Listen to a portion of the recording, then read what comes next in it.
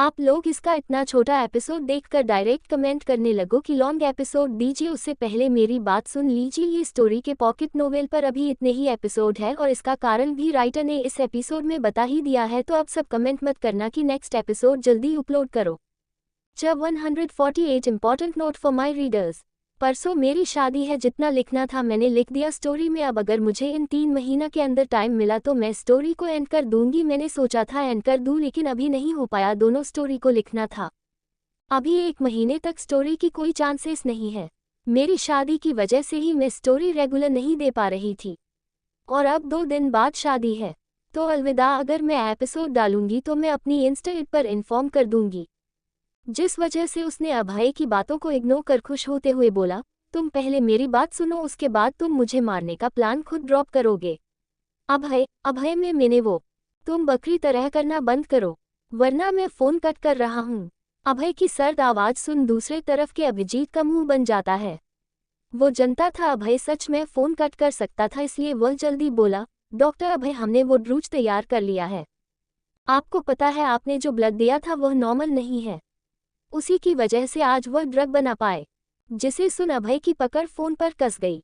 आपने उसे ब्लड को टेस्ट करने के लिए कहा था, मैं आज लैब में उसी को टेस्ट कर रहा था, लेकिन आज मैंने कुछ वक्त ड्रग के साथ भी किए थे, लेकिन गलती से वह ब्लड गिरा, साथ ड्रग टेस्ट ट्यूब भी गिरा, दोनों जब साथ में मिले, जिस वजह से उसे केमिकल का रंग बदलने लगा, जिसे देख मैंने उसे माइक्रोस्कोप के जरिए ग्लास वॉच में देखा। वह ब्लड पूरी तरह उस केमिकल में मिक्स होती उसका रंग बदल रहा था। हमसे जो एक चीज छूट रही थी वह कुछ और नहीं, यही ब्लड था। वो उसे आगे बोल बता पाता, तभी अचानक से फोन कट जाता है। जिसे सुन डॉक्टर देव हैरानी से फोन को देखा। देव हैरानगी से फोन की स्क्रीन को देख बोला, मेरा फोन काट दिया क्या? इस पागल राक्षस इंसान को मेरी बात सच नहीं लगी। वह दोबारा से अभय को कॉल लगाया, लेकिन फोन दोबारा से काट दिया गया। लेकिन अब उसमें हिम्मत नहीं थी अभय को दोबारा फोन लगाने की। वह अच्छे से जानता था अभय का नेचर कैसा है। वह मुंह बनाते हुए बोला, भाड़ में जाए, इससे मुझे क्या। इतना कि वह अपनी हाथों में पकड़ी उस छोटे से कांच की जार को देखा जिसमें वही ड्रग था। अभय अपने फोन को कटकर पेंट की जेब में रख अपनी बाहों में आराम से सो रही किट्टू को देखा। वही एक शख्स डॉक्टर की यूनिफॉर्म पहने जल्दी जल्दी अपने केबिन की ओर जा रहा था। उसके चेहरे के एक्सप्रेशन इस वक्त काफी ज्यादा अजीब से थे। वह तुरंत केबिन के अंदर जा अपने डेस्क पर रखे फोन को देखा और वह तुरंत उसे उठा एक नंबर को डायल किया। फोन कनेक्ट हो रिंग किया, तभी फोन की दूसरी तरफ से फोन रिसीव हुआ। तभी उधर से एक मर्दाना आवाज आई, बोलो कैसे याद किया इतनी सालों बाद। जिसे सुन वो डॉक्टर घबराते हुए बोला, वह मिल गई, वह मिल चुकी है। जिसे सुन दूसरे तरफ के शख्स की पकड़ फोन पर कस गई और वह अपनी गुस्से भरी आवाज में बोला, तुम बोलना क्या चाहते हो? आपके रिसर्च लैब से जो हमारी लड़की भाग चुकी थी, जिसे हमने मरा हुआ सोचा था, वो जिंदा है। जिसे सुन दूसरी का शख्स अपनी जगह से जैसे खड़ा हो अपनी डरावनी आवाज में बोला, तुम्हारे कहने का मतलब क्या वो जिंदा है? हाँ वो जिंदा है, मैंने उसे आज अपनी आंखों के सामने देखा और उसकी पावस उससे भी ज्यादा खतरनाक हो चुकी है। वो कहाँ है, मुझे जल्दी बताओ। जिसे सुन वो डॉक्टर कुछ बोलने को होता है, तभी उसके केबिन का दरवाजा खुलता है और एक शख्स उस डॉक्टर को आवाज देते हुए बोला, डॉक्टर अजीत आपको अभय सर बुला रहे हैं। जिसे सुन डॉक्टर अजीत घबरा जाते हैं, उनके हाथों से फोन छूट जाता है। वह घबराते हुए पीछे देखे जहां अभय के आदमी थे। वह तुरंत अपने माथे का पसीना पोंछ बोले, मुझे किस लिए बुलाया जा रहा है? हमें नहीं पता, बॉस ने आपको बुलाया है, हमारे साथ चलिए। जिसे सुन डॉक्टर अजीत बात को टाल मना करने वाले थे, मैं अभी नहीं आ सकता, लेकिन अभय के आदमी उसी तरह खड़े थे जिसे देख उन्होंने खुद को शांत कर उनके साथ चल गया। वहीं दूसरी तरफ लंदन में एक शख्स फोन में चिल्लाते हुए बोला, हेलो हेलो, मुझे बताओ वो कहाँ है?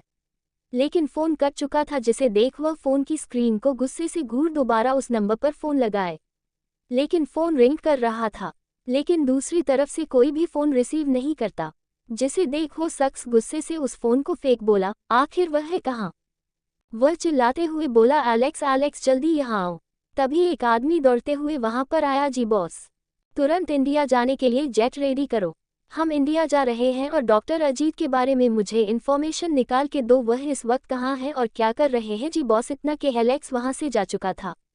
वही वह शख्स अपने रूम की बड़े से विंडो के पास जा खड़े हो उस ऊंची सी बिल्डिंग से नीचे देखा। इस वक्त रूम में अंधेरा था, सिर्फ उसकी गहरी काली आंखें शो हो रही थी। तभी उसके फोटो पर एक अजीब सी शैतानी मुस्कुराहट आ गई।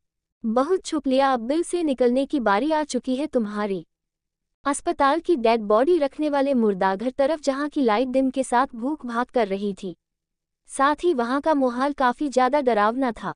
वहीं पर अभय सोफे पर किसी राजा की तरह बैठा हुआ था, साथ ही उसके गार्ड अभय के पीछे फैले हुए थे। तभी 2 गार्ड डॉक्टर अजीत को भी अपने साथ लेकर आते हैं। मुझे छोड़ो, मैंने कहा मुझे यहाँ क्यों लेकर आए हो, इतना कह वह गुस्से से उन्हें देखें।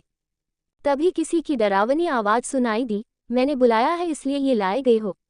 जिसे सुन डॉक्टर अजीत सामने देखे जहां अभय अपने एरोगेंट ओरा के साथ एक पैर पर दूसरा पैर चढ़ा बैठा हुआ था। पर क्यों? इतना कहा वह सामने देख तो उस मुर्दाघर वहां पर और भी डॉक्टर और नर्स थे। लेकिन हैरानी की बात तो यह थी, यह सब वही डॉक्टर और नर्स थे जो उस वक्त किट्टू का इलाज कर रहे थे।